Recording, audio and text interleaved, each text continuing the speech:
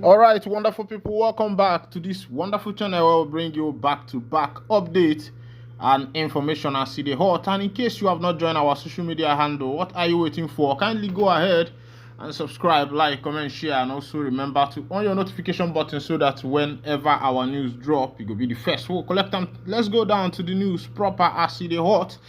You don't share information where we say it did drop for my table now. My people.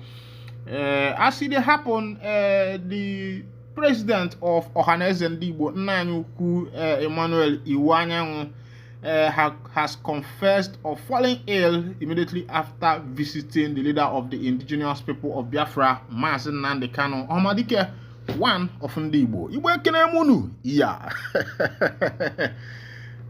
Ndị be anyị si na akwụda n'ikili achọba nnụnụ nwere ọnụ ogologo and ya bụ na Igbo ezigbote onye Igbo ka nsụ anya n'Igbo maka ịmalụgo ebe anyị nọ ọ bụ na Igbo ezigbote onye Igbo ihe ama n'onwe ya na-akpọ mmadụ ilibi ọnụ ya bụ na onye okenye libi ọnụ onwekwa ka ọ na-esi adị ya bụ na onye nze because onye nze let me turn to English now. A titled man in Igbo land is a man of truth, a man who stands by his words, a man who does not soil his hand. And when I had this issue of Mazi Nnamdi Iwanyanwu falling ill after visiting Ohamadike, one of Ndigbo, I started wondering. I said, does it mean that maybe onye nze libielon or onye ozo elibielon? Because those days, if matters became worse or worse to worse, the people you meet are these elders, the Nzenozos. There's one who you know that once you enter into their obi, you will get the truth of the matter. But as it is these days, the reverse has become the case. And meanwhile, let me not dive into what I want to say. I will still finish it at the end of this information. Let's go down to the full detail of the information. The President General of Ohanezendigbo, Chief Emmanuel Iwanyanwu, has fallen ill 2 days after visiting the leader of the indigenous people of Biafra, IPOB, Nnamdi Kanu, in the DSS detention center. The meeting at DSS headquarters took place on the 30th of May, while the Ohaneze leader has been bedridden 2 days after till June 12. The Director General of Igbo Mandate Congress, IMC, Reverend Obinna Akukwe, disclosed this on Thursday in Abuja during a closed-door meeting with the leader of the group. He said that the sudden illness of Chief Iwanyanwu, when efforts are ongoing with the Special Task Force for the release of Mazi Nnamdi Kanu to move the political solution to the next level, sparks a hidden agenda. Reverend Akukwe said that it is suspicious that Ndigbo lost 4 Ohaneze leaders in 2 years, all diagnosed of same illness.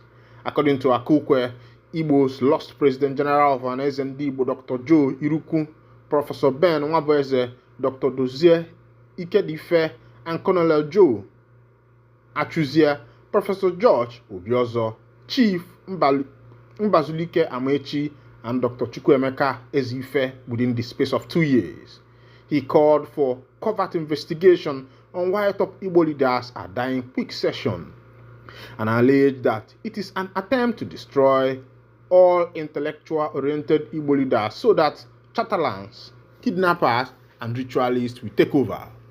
Akukwe also alleged that the late governor of Anambra State, Dr. Chukwuemeka Ezife, complained numerously that some persons were hired to eliminate him and some Igbo elders by use of inhalable poisonous substance. He continued to make the assertion until a medical condition emerged which claimed his life. Reverend Akukwe said that the members of the Special Task Force for the release of Nnamdi Kanu will visit Chief Iwanyanwu on Monday to pray for him if the situation does not improve. Akukwe also stated that Igbo Mandate Congress have obtained the medical record of some of the demised Ohaneze leaders through covert means and will assemble medical and biological experts for thorough investigation to ensure that there is no systematic elimination of bold and fearless Igbo leaders. Yeah, Ụmụafọ Igbo amụziri amụzi ndị ṅụzuru mmiri ara afọ. Let's dive into this matter. I want you to go down to the comment section. Drop your comment. What is your opinion? You can see it that prominent Igbo elders have, lost their lives or have, demised within the space of 2 years. And lest you forget, let me remind you of something, that Ohanezendigbo was actually a extraordinary rendition from Kenya to Nigeria illegally. This thing happened around 2021, and 2021, 22, 23, 24, Ohanezendigbo is still in the DSS custody. Now, where am I heading to? First of all, I reminded you about the work, the ethics, the position of an elder.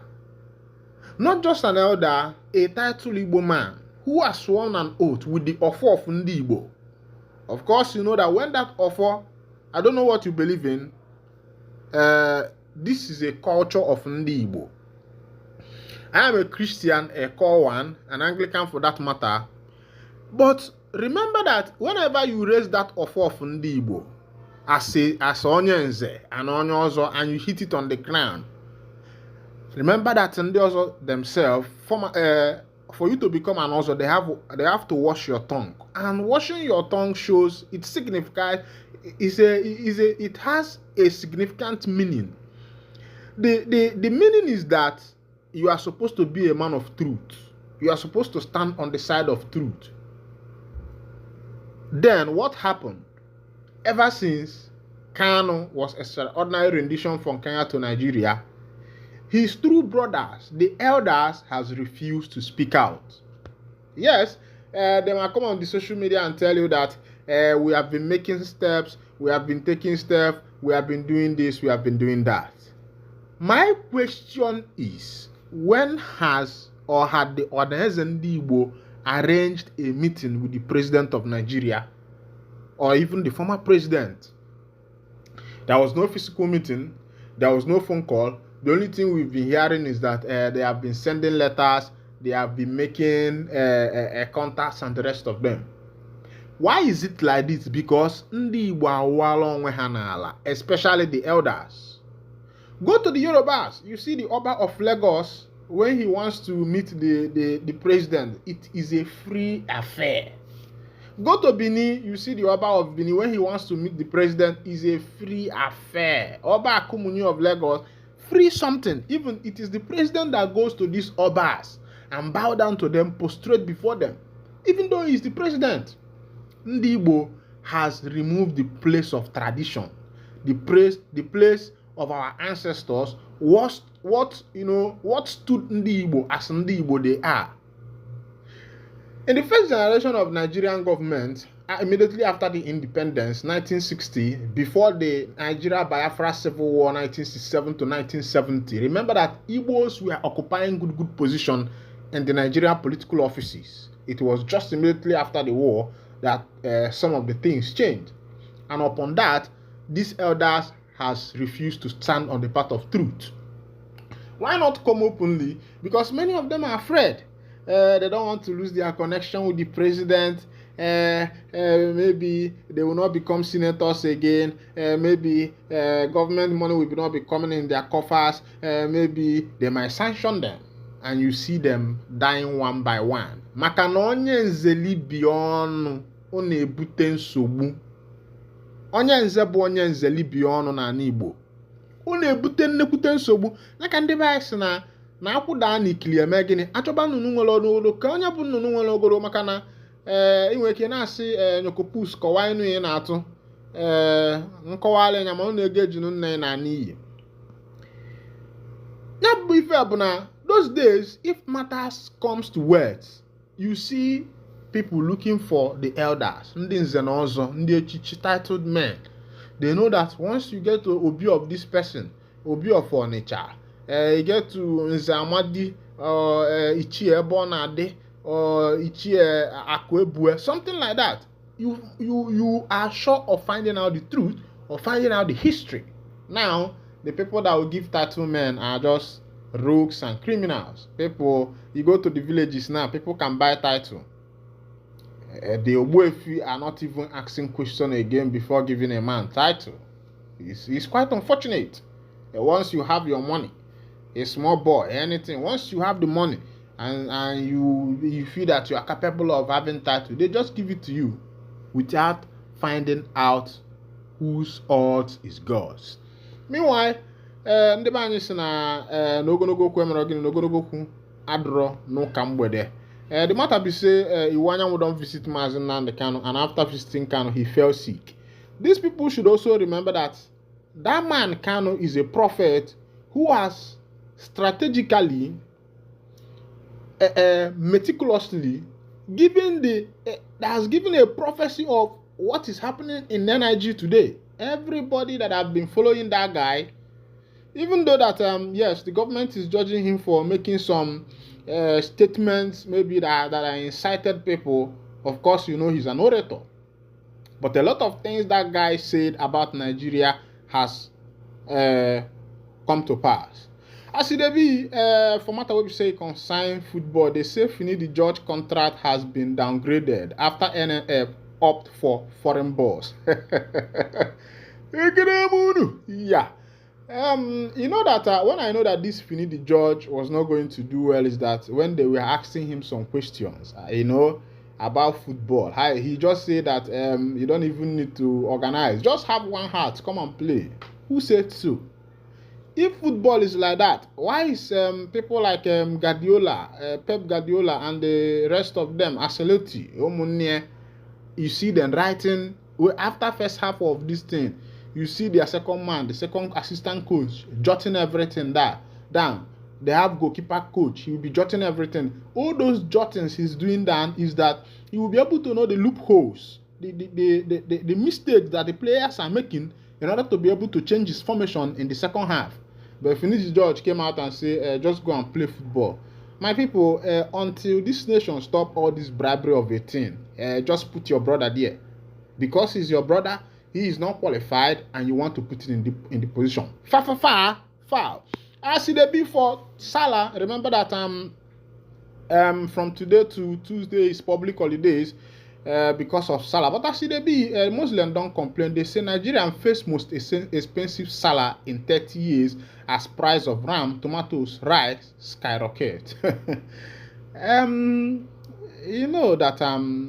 day, let me tell you what happened. The other day, I sent a woman to go and buy things for me, to purchase some things in the market as a bachelor, put the money there. They came back. Now, as I was looking the waterproof to be very loaded, my brother, that waterproof was as scanty as empty. As guy man, my people may use Kanu brain, upon my brain, say, walai, nah, this girl don't chop me. I say, okay, somehow, as one Igbo, we get sense. I say, make I enter market by myself. Now, my brother, by the time I price one cup of beans, they say na 500. I say, wow. I say, okay, what about Penta? They say na 600. I say, wow. I say, what about Gary? I say they say na 3,200. I be 3,500. Now my brother made you come by myself. I respected myself. Came back again, give the girl the money. Tell her to go to the market. Meanwhile, it has not been easy for Nigerians. Even in the market today, tubers of yams are being cut into two so that the poor masses will be able to purchase it. Even common gari. Those days, you used to use gari as some backup. Maybe if you don't have money, anything, at least you have gari in your house to drink. You can put in small sugar. If you have milk, you're a big man. If you have sugar, my brother, you should do Basanjo. But today, the reverse has become the case. Garina is for the big man. Even common beans, those days, even if your mother does not have money, they must have beans. Even if they give you apple and beans every day, at least protein is entering and small meat. My brother, you will grow very well. If they see you in school, you'll be very plumpy and pompous. But as it is today, beans have become the food of the rich man. I heard that one bag is getting to 100k. Meanwhile, as they be, make I bring you that food there. As Salah approaches, Nigeria, and particularly the Muslims faithful, will be struggling with record high inflation, which has driven up the cost of rams, tomatoes, bags of rice, and other food items. The Nairametric market survey shows that ram prices have nearly doubled since last year, and staples like tomatoes have also seen big price hikes. These rising costs make it hard for families to afford traditional Salah celebration this year. Many may be praising all for what could be the most expensive Salah in over 3 decades. Nigerians are bracing up for the most expensive Salah holiday in over 30 years as price of essential food items such as rice, tomatoes, and ram hit record highs. Nigeria is currently experiencing its highest inflation rate in over 30 years, with food inflation noticing a near 40-year high. The country has not had things this bad in decades. Also, Taylor, my people, remember that time during the campaign of the 2023 presidential general election, the Yoruba said, Emilokan, if not Tinubu, nobody. The Hausa said, they said, Dam Baba Tinubu. But one thing people should remember is that in Nigeria, there are 3 tribes. You see the Igbos, you see the Yorubas, you see the Hausas, even though the Middle Belt, the South, all these people, they fall under these 3 regions. Even though that the Middle Belt are denying, they don't even know where they are standing. Even the South don't even know where they are standing. But the issue is that among these 3 tribes, there is one tribe that are hustlers. No matter what you do to them, no matter how you try to suppress or repress them, they are hustling. Well, the people that are going to suffer this thing is the Alamajeris. Now, for you to get a cow, one cow is nearly 1 million naira. So if you want to buy 4 cows, you have to prepare like 4 million. The federal government is talking about minimum wage. My people, 100,000 cannot last you for 2 weeks now. Except for family man that knows how he's managing himself. But for a bachelor like me, I don't even know. Meanwhile, this is where I'll be winding down the curtain, and if this is your first time of joining us on this wonderful channel, kindly go ahead and subscribe, like, comment, share, and also remember to on your notification button so that whenever our news drop, you will be the first to collect. And thank you for listening. God bless you. See you on the next edition.